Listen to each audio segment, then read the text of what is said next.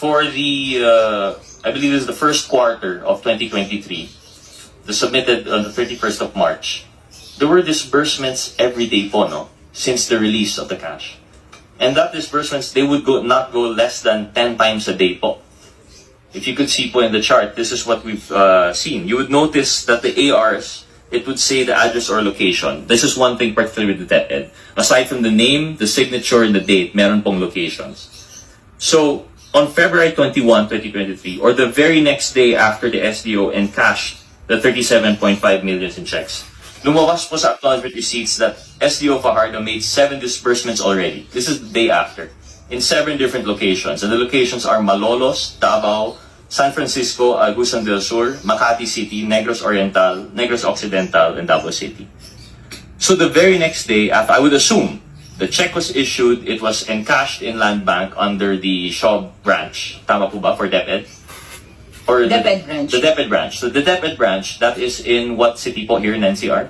Pasig, sir. In Pasig po na encash, and immediately the next day, he traveled to these 7 places and had these 7 ARs. Did this not raise a red flag of the impossibility of this occurring? Well, it does, sir. Although during our review, somehow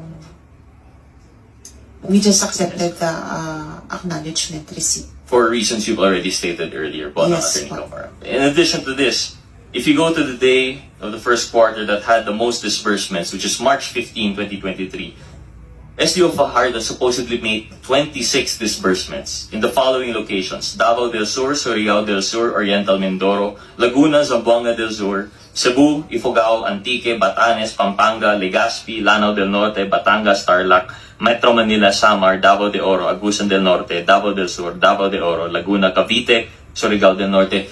Attorney Camara, let's give him a helicopter. I don't think he'll do that in one day. So it really raises a question. How did SDO Fajardo certify and say that he personally disbursed this? Buti na lang po yung DepEd ARs have location. So it really shows us kung saan po sila. Unlike the DepEd ARs, yung OVP po wala. Yung OVP would only have the name, the purpose, the name, the signature, and the date. That's it. And the amount. But here we could see in DepEd, it seems to be really impossibility. So you could see the theme, not really the theme po, but what we're driving at here. Earlier, according to Congresswoman Garin, and I understand her frustration, there is the physical impossibility of the delivery and encashment of the cash. Questions regarding that, surrounding where it was brought. And then now, even the physical impossibility of the disbursement. Yun naman po yung tanong dito. If truly SDO certifies that he or she